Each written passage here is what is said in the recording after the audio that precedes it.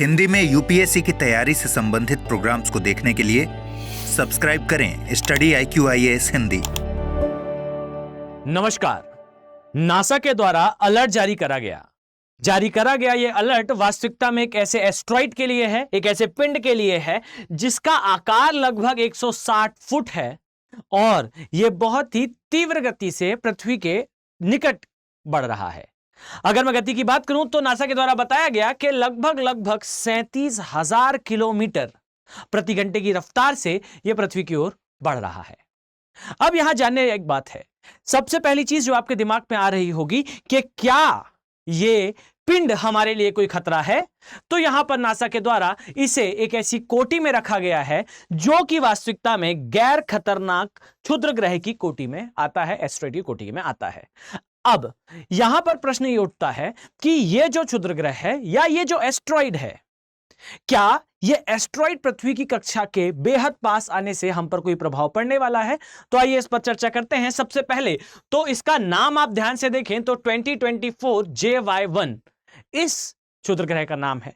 इसका आकार जैसा मैंने आपको बताया कि लगभग 160 फुट के आसपास है, अर्थात 160 फीट के आसपास बताया जा रहा है और यह जो है बहुत तेजी से पृथ्वी की ओर बढ़ रहा है। पहली बात। सेकेंड इंपॉर्टेंट थिंग इज कि यह जो क्षुद्र ग्रह है यह एक अकेला क्षुद्र ग्रह नहीं है, एक अकेला एस्ट्रॉइड नहीं है। इसके जैसे लगभग अगर मैं आपको दिखाऊं तो आगे मैं इस पर चर्चा भी करने वाला हूं, इसके समान लगभग 18,000 एस्ट्रॉइड पृथ्वी के आसपास है और इसमें से भी सबसे इंपॉर्टेंट है कि यह एक ऐसे ग्रुप का हिस्सा है जिसे 1930 में एक जर्मन जो खगोल शास्त्री थे उनके द्वारा खोजा गया था। इस ग्रुप का नाम बेसिकली है अपोलो। आप यहां पाएंगे कि यह जो अपोलो समूह है यह क्षुद्र ग्रह का एक ऐसा समूह है जो पृथ्वी के अत्यधिक करीब स्थित है। ध्यान से देखिए इस पीछे दी गई इमेज को।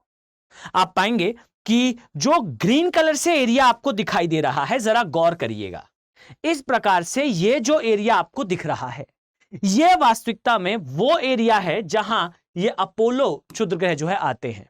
और यहां मैं एक बात आपको स्पष्ट करूं, ध्यान दें कि जो अपोलो क्षुद्र ग्रह हैं यह सबसे बड़ा समूह है किसी गैर ग्रह पिंड का, यानी कि वो ग्रह, वो पिंड जो वास्तविकता में ग्रह नहीं है और पृथ्वी के सबसे करीब है।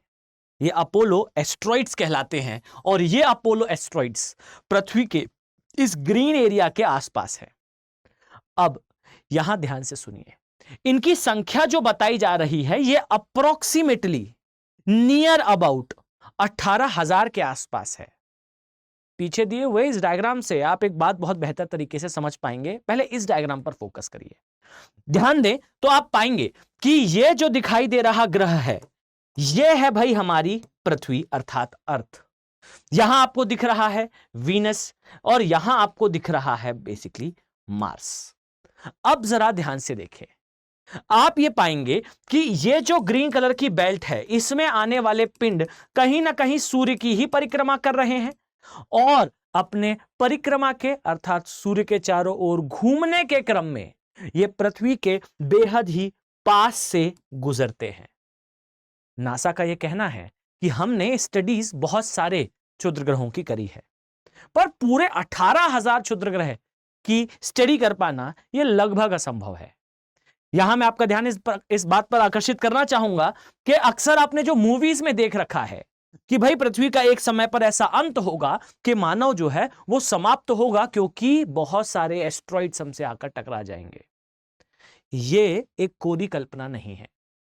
याद रखें कि पृथ्वी के बिल्कुल पास से पिंड जो है वो कई बार गुजरते हैं पर टकराते अक्सर नहीं है। इसके पीछे का कारण मैंने आपको पहले भी बताया है, जहां पाएंगे कि पृथ्वी का कुछ इस प्रकार से अगर आप देखें तो यह है हमारी अर्थ और अर्थ का जो मैग्नेटिक फील्ड है एक पुल की तरह कार्य करता है और इस प्रकार से हमारे सामने एक शील्ड का निर्माण करता है। यह शील्ड जो सूर्य से आने वाले क्षुद्र ग्रह हैं या वो कोई भी पिंड जो हमारे करीब आ रहे होते हैं उन्हें इस प्रकार से दूसरी दिशा में बढ़ा देती है।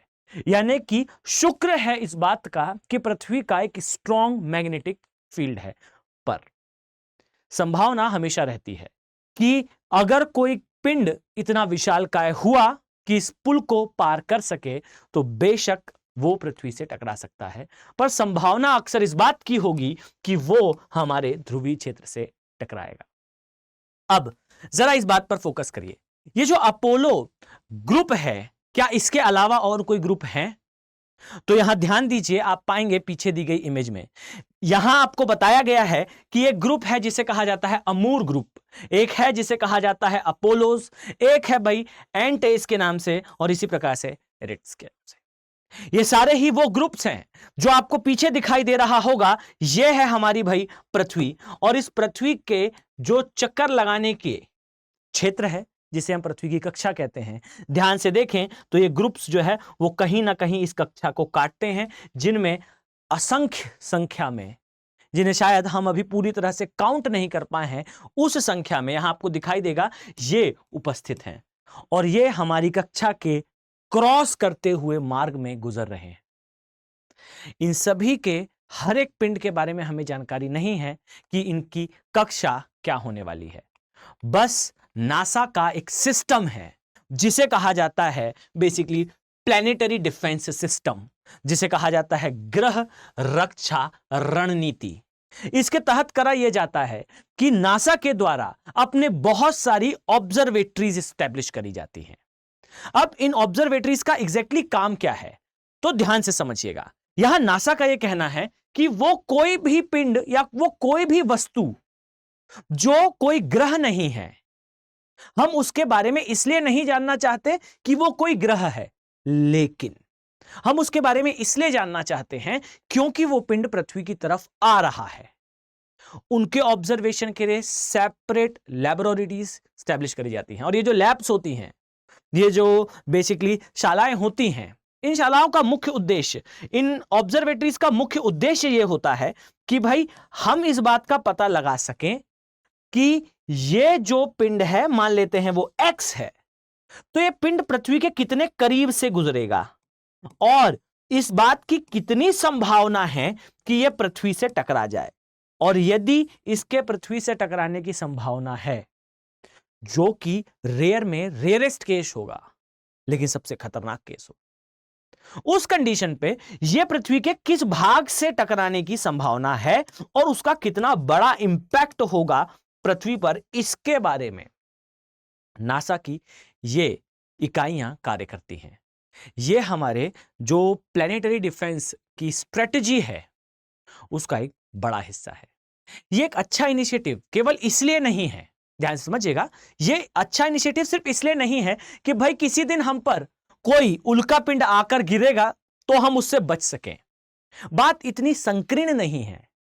ये इसीलिए भी काफी जरूरी है, ध्यान से समझिएगा, क्योंकि डियर यहां आप पाएंगे कि ये जो पिंड हैं इनका अध्ययन करना हमारे लिए अत्यंत आवश्यक है। वाई? बिकॉज हम अक्सर भूगोल में, अक्सर मैं अपनी ज्योग्राफी ऑप्शनल की क्लास में इस बात को हमेशा इन्वर्टेड कॉमा में अंडरलाइन करते हुए स्टूडेंट से कहता हूं, present is key to the past. वर्तमान ही भूतकाल में हुई चीज की एक जानने की कुंजी है, और भूतकाल की घटना ही वो कुंजी है, वो की है जो हमें भविष्य तक पहुंचा सकती है। Present is key to the past and past is key to understand the future.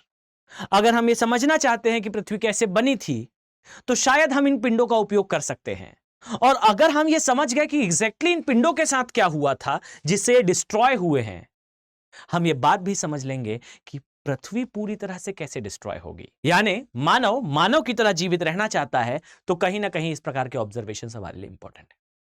अब ध्यान से समझिए, अगर आपका ऑप्शनल सब्जेक्ट ज्योग्राफी है, अर्थात आप भूगोल वैकल्पिक के स्टूडेंट हैं, यूपीएससी के लिए आपके लिए गोल्डन अपॉर्चुनिटी है। स्टडी आईक्यू के P2I बैचेस के अलावा, P2I बैचेस कौन से हैं? तो याद रखिए, P2I वो बैचेस हैं जो आपके जीएस की प्रिपरेशन कराते हैं आपको, और आपका पूरा जीएस अलोंग विथ मेंस सारा कुछ कवर होता है, अलोंग विथ एसआईपी अर्थात सक्सेस इन प्रीलिम्स का प्रोग्राम, और मेंस रेसिडेंशियल प्रोग्राम, अर्थात जब आप जो है वो प्री क्वालिफाई करते हैं, स्टडी आईक्यू अपने प्रीमाइसेस में डेली में बुलाकर आपको सारी तैयारी कराता है। आप इन बैचेस के साथ जुड़ना चाहते हैं तो याद रखिए कि आपका सेल का आज आखिरी दिन है, और 31 ऑफ मई के पहले अगर आप इन्हें ज्वाइन कर लेते हैं तो आप इस कॉस्ट पर इसे प्रिवेल कर पाएंगे। साथ ही ज्योग्राफी ऑप्शनल अर्थात भूगोल वैकल्पिक विषय यह भी स्टार्ट होने वाला है। याद रखिए कि इसमें 31 से इवन आज मैंने इसमें ओरिएंटेशन क्लास भी ली है। इन बैचेस में क्लासेस स्टार्ट हो चुकी हैं 31 ऑफ मई से। अगर आप इनसे जुड़ना चाहते हैं तो सेम 14,999 इस कॉस्ट पर आप मेरे साथ ज्योग्राफी ऑप्शन अपना तैयार कर सकते हैं। अगर आपका ऑप्शन सब्जेक्ट ज्योग्राफी ऑप्शन है तो आप इन बैचेस में जुड़ सकते हैं और अपनी तैयारी को और भी ज्यादा क्रिस्टल क्लियर और रॉक सॉलिड बना सकते हैं। ज्योग्राफी ऑप्शनल वो सब्जेक्ट है जो आपको प्री में 30 से 35 क्वेश्चंस का असिस्टेंस देता है, यानी कि वो प्रश्न जो अदर विद्यार्थियों के लिए टफ होंगे डियर वो आपके लिए आसान होने वाले हैं। इतना ही नहीं, 300 प्लस मार्क्स लाने की स्ट्रेटेजी के साथ और टेस्ट सीरीज के साथ। अगर आप इन बैचेस को ज्वाइन करना चाहते हैं तो आपको केवल इतना करना है कि आप यूज करें मेरा code that is AK live code, और साथ ही आपको यह ध्यान रखना है कि आप जो है बैच क्लोजिंग से पहले इसका पार्ट बन जाए।